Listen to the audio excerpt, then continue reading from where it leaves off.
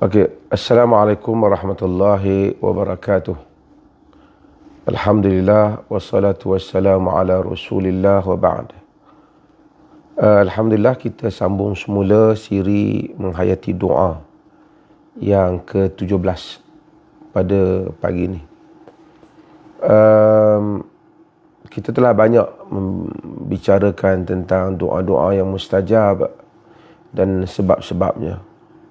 Pada pagi ini kita mungkin akan bincangkan perkara yang selalu juga kita sebut, iaitu tentang doa, antara doa yang mustajab, yang Allah tidak tolak, yang disebutkan di dalam hadis Nabi SAW. Banyak hadis-hadis Nabi ialah doa orang yang kena zalim. Doa orang yang kena zalim. Di mana Nabi SAW sebut dalam hadis yang diriwayatkan oleh Al-Imam Al-Bukhari, diriwayatkan oleh Imam Muslim juga di dalam Sahih mereka berdua, iaitu baginda SAW menyebut, ittaqi da'watal mazlum fa innahu laysa bainahu wa bainallahi hijab. Takutlah doa orang yang kena zalim, kerana doa itu tidak ada antara doa itu dan Allah hijab, yakni tidak ada penghalang. Yani doa orang yang kena zalim tidak ada penghalang antara dia dan Allah Subhanahu wa taala.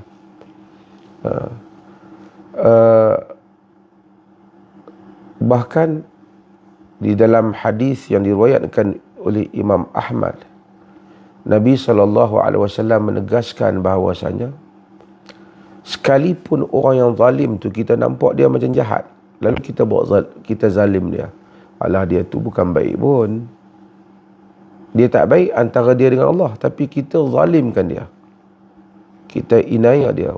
Contohlah, dia mungkin ambil selipar kat masjid umpamanya, kita pergi pukul dia melebihi kadar yang patut, ataupun kita ambil tindakan pada dia melebihi kadar yang patut, dia doa pada kita, kita jangan fikir alah taklah kenalah doa tu sebab dia pun buat ambil harta di masjid umpamanya. Tak. Nabi SAW dalam hadis yang diriwayatkan oleh Imam Ahmad, Nabi kata, da'watul mazlum mustajabah. Doa orang yang kena zalim mustajabah, yakni diterima oleh Allah Ta'ala.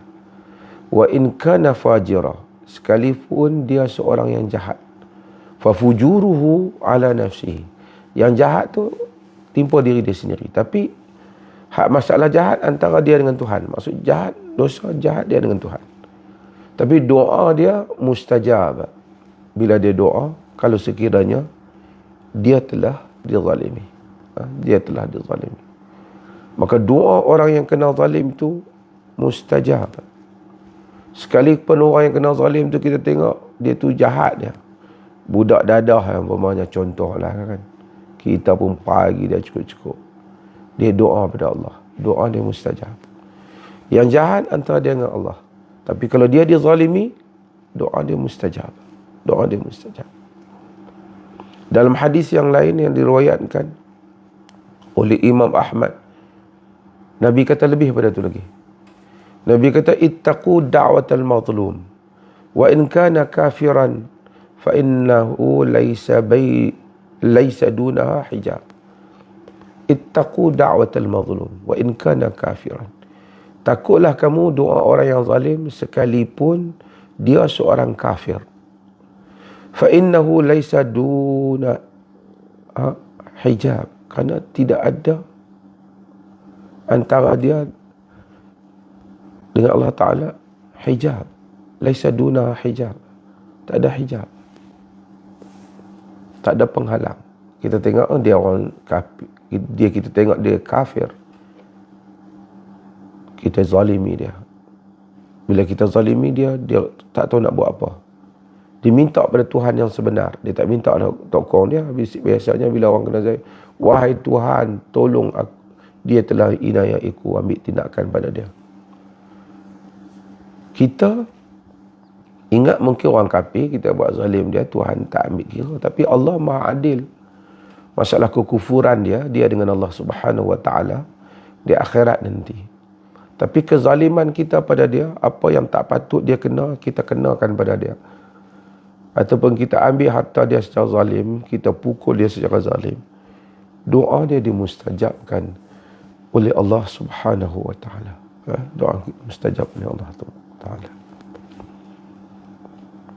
Mungkin ada orang bertanya kita, bolehkah kita doa pada orang yang buat zalim pada kita? Jawapannya boleh lah, berdasarkan kepada hadis-hadis ni. Berdasarkan hadis ni. Nabi sendiri pernah doa kepada Quraisy, Allahumma alaika bi Quraisy, Allahumma alaika bi Quraisy, Allahumma alaika bi Quraisy. Ya Allah, ambil tindakan kepada Quraisy. Ya Allah, ambil tindakan Quraisy. Nabi sebut kepala-kepala Quraisy.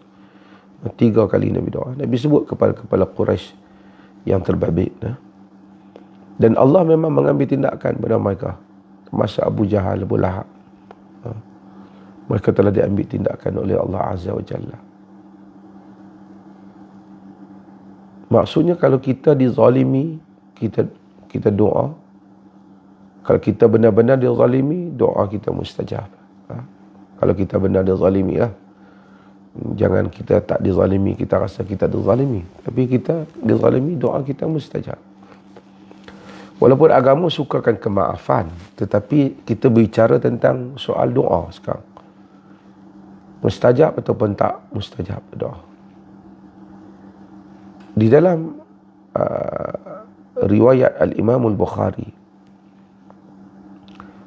sahabat Nabi Sa'ad bin Abi Waqqas. Sa'ad bin Abi Waqqas, dia merupakan sahabat Nabi SAW yang Nabi sayang. Pada zaman pemerintahan Umar bin Khattab radhiyallahu anhu, Umar bin Khattab melantik Sa'ad bin Abi Waqqas menjadi gubernur di Kufah, bagi penduduk Kufah.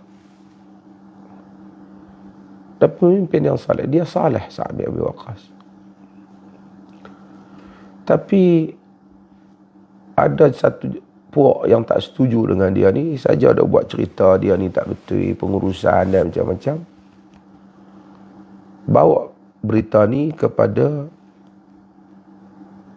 Khalifah Umar bin Khattab. Umar bin Khattab pula, dia punya polisi dia tak mau banyak-banyak cerita ni. Maksudnya Umar bin Khattab, polisi dia macam tu lah, dia nak semua benda clear. Tapi pun begitu, memang akhirnya Sa'ad ditukar dengan Ammar bin Yasir.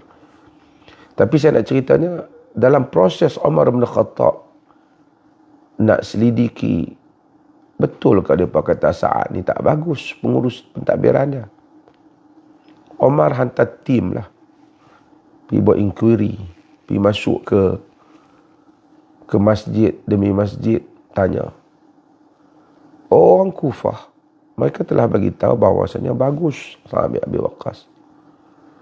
Dia apa? We got no complaint against him. Tak ada apa-apa. Cumanya apabila tim pasukan Suruhanjaya lah kita kira, yang pergi untuk buat siasatan tu, pergi ke Masjid Bani Abs dalam riwayat Bukhari, tanya benda yang sama. Bangun satu orang nama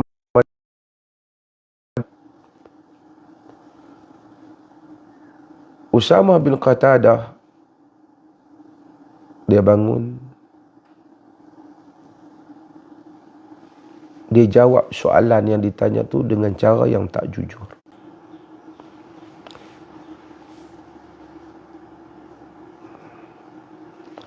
Okey, saya sambung tadi, terputus saya tadi. Dia jawab soalan tu dengan cara yang tak jujur. Dengar suara saya. Putus ke?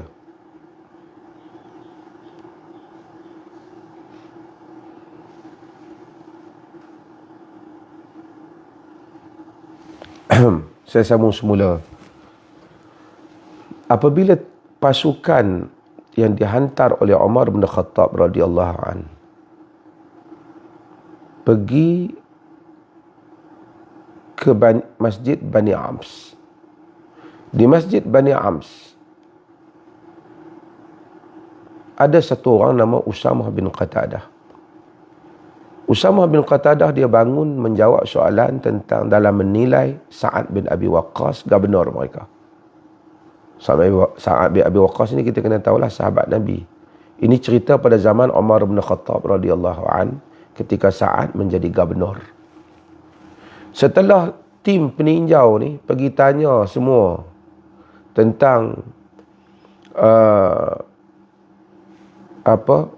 kualiti pemerintahan Sa'ad bin Abi Waqqas, kerana khalifah nak tahu pasal ada komplain.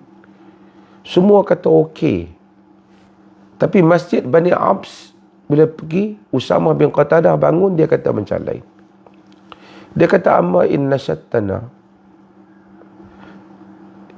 adapun jika kau tanya kami, fa inna Sa'dan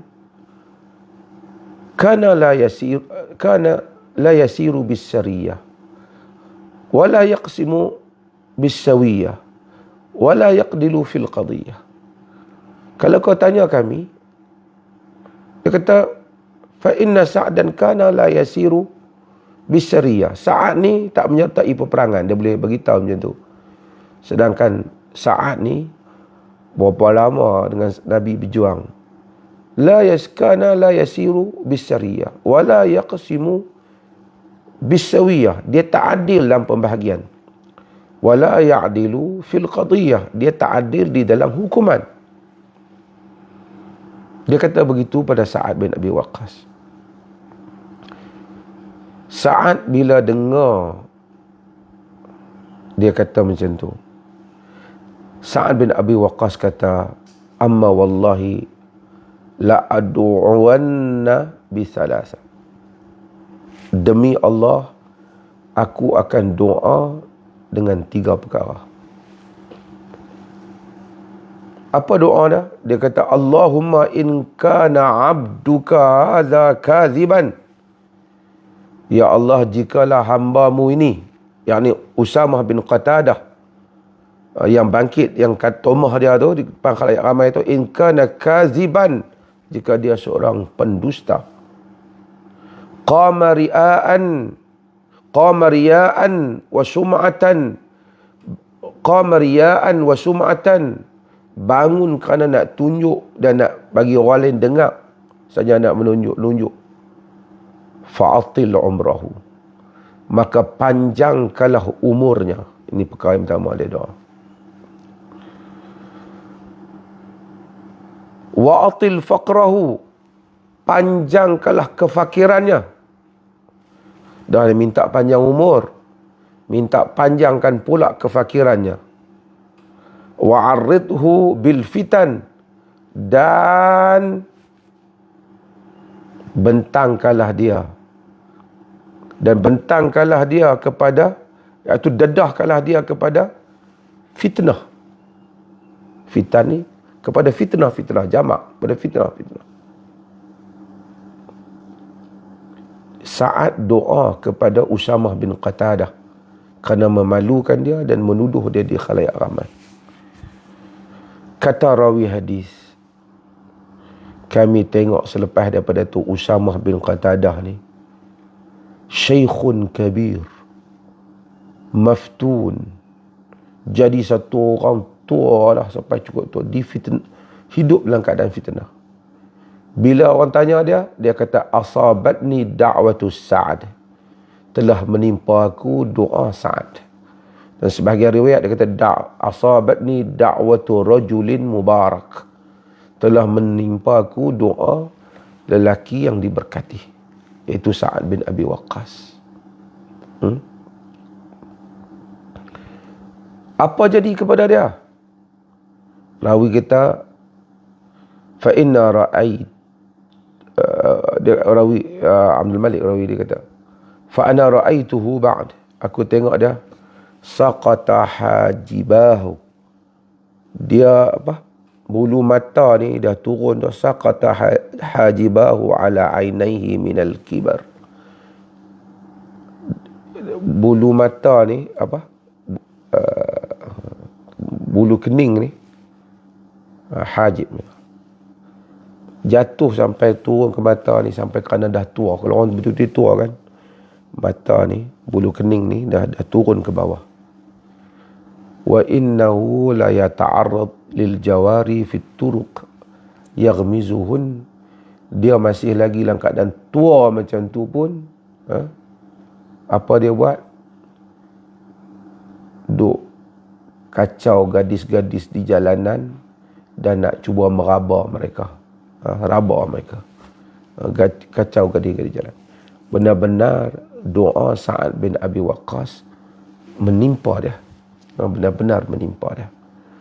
Ini salah satu bukti tunjuk yang Allah Subhanahu Wa Taala tunjuk, dan diriwayatkan oleh Al-Imam Al-Bukhari di dalam Sahih Al-Imam Al-Bukhari, yang mana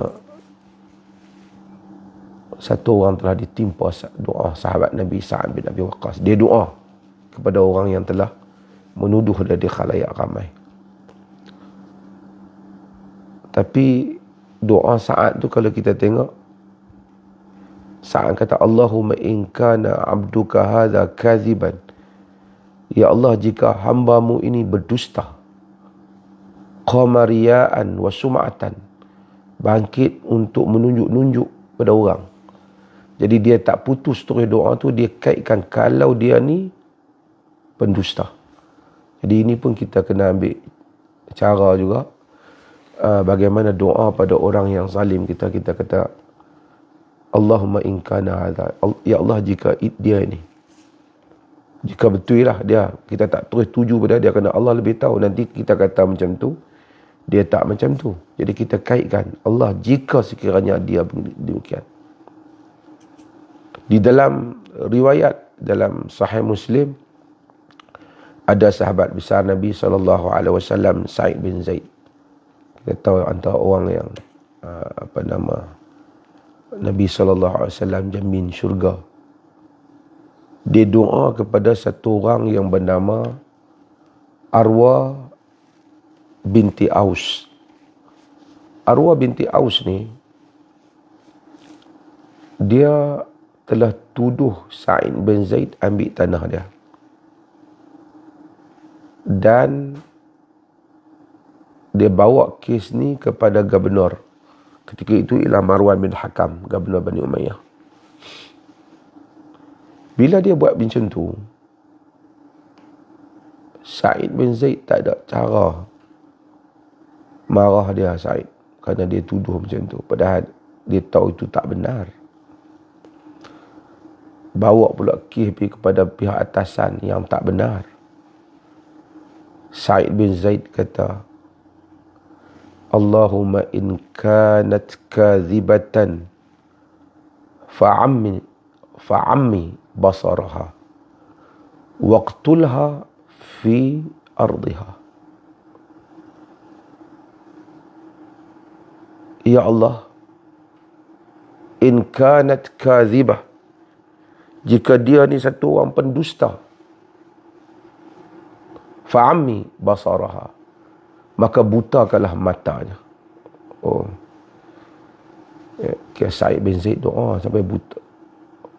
Waqtulha fi ardiha, dan bunuh dia di bumi dia sendiri, di tanah dia sendiri. Hadis menceritakan Arwah binti Aus ni yang telah memfitnah Sa'id bin Zaid, akhirnya matanya buta dalam hayat dia. Buta mata dia. Bukan saja mata dia buta, dia jatuh di dalam lubang di tanah dia sendiri, dan dia mati di dalam lubang tu. Ini adalah merupakan kesan daripada doa Sa'id bin Zaid. Arab ni dia ada doa li, doa ala. Ala ni doa beri jadi bala. Dua contoh ni saya sebut bagi membuktikan antara apa yang disebut oleh Nabi SAW bahawasanya ittaqi da'watal mazlum, takutlah kamu doa orang yang kena zalim, fa innahu laysa bainahu wa bainallahi hijab, kerana tidak ada antara doa itu dan Allah hijab, tidak ada pendinding antara doa itu dengan Allah Subhanahu wa taala. Maka kita hati-hati dengan doa orang yang kena zalim. Okey. Takut dia doa kat kita, mungkin kita rasa lah dia doa tak jadi apa pun. Hari ni mungkin doa tu tak mari lagi, besok mungkin tak mari lagi, tapi satu hari doa itu akan datang. Apabila doa itu hadir, kita mungkin akan tertanya-tanya sendiri, kenapalah tiba-tiba jadi ke aku macam ni? Kenapalah aku ditimpa hal ini? Kita lupa kepada orang yang mungkin kita telah zalimi 20 tahun yang lepas, 30 tahun yang lepas. Doa dia masih lagi tersimpan, dan kemudian doa itu hadir untuk mengambil tindakan kepada kita. Sebab itu kalau kita telah menzalimi sesiapa, hendaklah kita dalam hidup ni memohon kemaafan daripada dia sebelum Allah Subhanahu wa taala memustajabkan doa dia, lalu bala itu turun kepada kita. Dan satu lagi ialah, cuma kalau kita pihak yang kena zalim, kalau kita pihak yang kena zalim, berdasarkan cara Sa'id bin Zaid dan Sa'ad bin Abi Waqqas itu, bila dia nak doa, dia kata Allahumma in kana hadha kaza wa kaza. Allah, ya Allah, biasanya orang fitnah ataupun orang tuduh orang lah, fitnah dalam bahasa Melayu ni tuduh orang, tapi maksudnya orang yang tuhmah orang.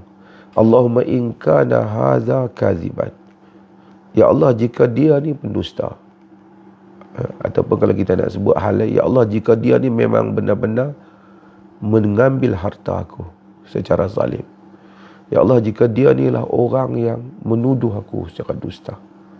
Jadi barulah kita doa dengan doa yang kita nak doa tu, maka ambillah, lakukanlah sekian dan sekian kepadanya.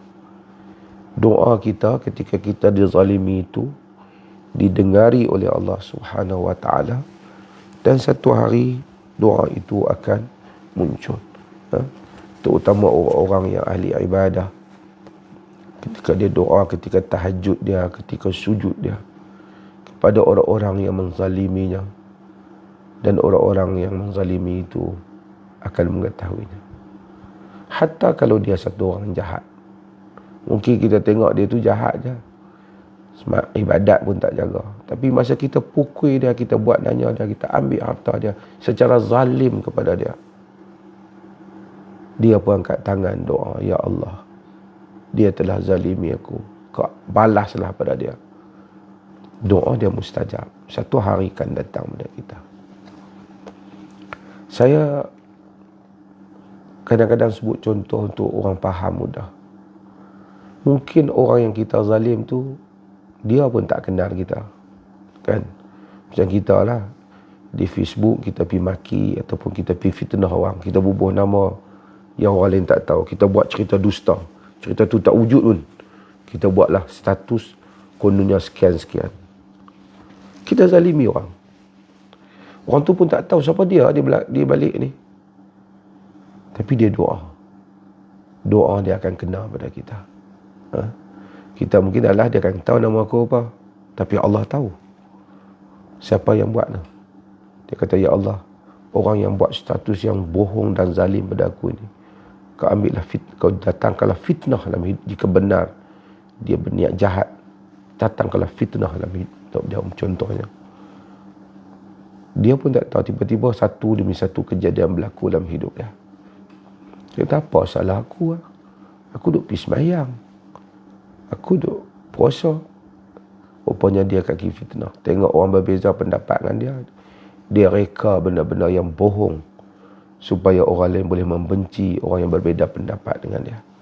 Dia buat fitnah. Maka fitnah itu akan kena kepada kita, sekalipun mungkin orang itu tak kenal kita, siapa Allah kenal.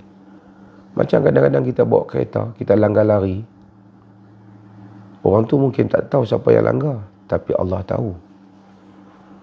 Suatu hari akan datang balik benda yang lebih dahsyat kepada kita.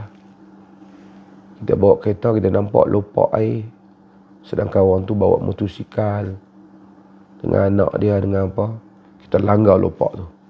Kita tak hati-hati, kita walaupun kita nampak, dengan sengaja kita langgar, tersimbah habis kotor ke baju dia ataupun baju orang yang duduk di tepi jalan. Orang tu pun tak kenal, kereta kita kereta kita hitam, siapa pun tak, orang yang tepi jalan pun tak kenal, tapi mereka doa, ya Allah, dia ni zalim, dia tahu dah kami duduk tak ni, dia sengaja langgar macam tu. Kita bawa senyum, kita kata basah dia. Satu hari nanti mungkin kereta kita mungkin, kalau Allah kendaki, akan dibasahi oleh darah ataupun dibasahi oleh, akan dibaluti dengan api, jika Allah mahu, disebabkan doa mereka, ataupun kita akan terbabas ke mana yang lebih dahsyat lagi. Sebab itu, maka hati-hatilah hal ini. Semoga Allah Subhanahu Wa Taala pelihara kita semua daripada menzalimi orang, sehingga orang berdoa kepada kita atas kezaliman tu. Sesiapa yang berpengalaman dengan orang-orang yang menzalimi dia dan dia doa, dia sendiri akan dapat lihat kadang-kadang dalam hidup ni bagaimana Allah mengambil tindakan pada orang-orang tersebut. Alhamdulillah, Allah mendengar doa orang-orang yang kena zalim. Kadang-kadang kaki yang tuduh orang tu, dia, kadang-kadang kita berbeza pendapat.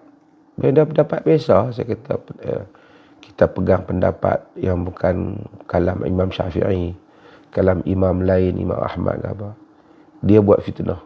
Depa ni kata Imam Syafi'i bodoh, depa ni kata Imam Nawawi sesat, sedangkan orang tak kata. Tuan-tuan tahu ada orang macam tu, sebut pula dalam ceramah dia. Dia tersenyum mungkin dengan pengikut dia, tapi dia belum tahu lagi apa yang Allah akan ambil pada dia dengan doa orang lain ke atas diri dia, dan di atas perkataan dan pembohongan dan pendustaan dia. Sebab itu kita mudah-mudahan kita berhati-hati dalam hal ni. Kadang-kadang orang yang doa pada kita tu mungkin dia dah mati dah pun, dia dah pergi dah pun, tapi kita belum mati. Doa dia masih lagi hidup walaupun tuan dia telah mati, dan doa itu satu hari akan menimpa kita. Na'udzubillah min zalik. Mudah-mudahan Allah Subhanahu Wa Taala memelihara kita dan diberikan kekuatan pada kita untuk mengelakkan daripada melakukan kezaliman, dan dengan itu kita tahu bahawasanya doa orang yang dizalimi itu mustajab dengan janji Nabi sallallahu alaihi wasallam. Sebab sekalipun dia fasik, sekalipun dia kafir, kalau dia benar-benar panggil Allah, Allah mustajab. Saya kadang-kadang tengok orang kita ni melampau. Adalah orang curi duit sikit di tabung masjid, RM10, RM20, tak apalah, bagilah kepada polis ke apa. Ni pukul, katok, samalah juga. Ada orang tangkap orang khalwat, lepas tu ambil gambar dia, bubuh di dalam media sosial, nak malukan dia. Semua perbuatan-perbuatan itu Allah murka. Allah suruh kita tutup aib orang. Dia rasa dia penguat kuasa agama, ambil gambar dan seumpamanya, heboh kan. Dia lupa bahawasanya dia juga orang yang satu hari Allah juga akan menyingkap segala kesalahan-kesalahan dan dosa dia. Melainkan jenayah tu jenayah yang perlu diberitahu pada orang. Perompak umpamanya, perlulah. Scammer kena perlu tahu, takut orang lain pula kena. Tapi kalau satu jenayah antara satu orang dengan kesalahan dosa antara satu orang dengan Tuhan. Untuk apa kita bising dan untuk nak hebohkan pada pihak yang lain? Kalau kita lakukan, kita telah zalimi dia. Kalau dia doa pada kita supaya Allah singkapkan balik segala dosa-dosa kita, satu hari hal itu akan sampai pada kita. Hal itu akan sampai pada kita. Kita kata, alah dia pun jahat. Jahat antara dia dengan Allah. Tapi Nabi beritahu bahawasanya Allah akan mustajabkan doa orang yang dizalimi. Kejahatan dia tak menghalalkan kejahatan kita ke atas dia. Kejahatan dia tak menghalalkan kejahatan kita di atas dia. Mudah-mudahan Allah Subhanahu Wa Taala merahmati kita semua dan memelihara kita daripada melakukan zalim pada orang lain. Terima kasih. Saya rasa ada terganggu sikit lain pada hari ini, tapi insya-Allah saya harap semuanya jelas terhadap penyampaian pada hari ini, insya-Allah. Saya harap jelas, insya-Allah, dan saya nak minta next time hari-hari yang mendatang ni, setiap mereka yang masuk ke dalam menonton live di sini turut sama membantu kita dengan cara sharekan link ni sebelum dia menonton, ataupun selepas dia menonton dia boleh share juga, ataupun sebelum dia menonton lebih baik untuk dia share bersama-sama dengan orang lain supaya sama-sama kita berkongsi apa yang kita dapat untuk difahami bersama, insya-Allah. Boleh kot, insya-Allah. Okay, link ini masih ada dalam Facebook saya. Boleh terus share selepas daripada tuan-tuan tamat ni. Saya minta jasa baik semua share di Facebook masing-masing supaya yang lain yang terlewat pun dapat tengok juga, insya-Allah.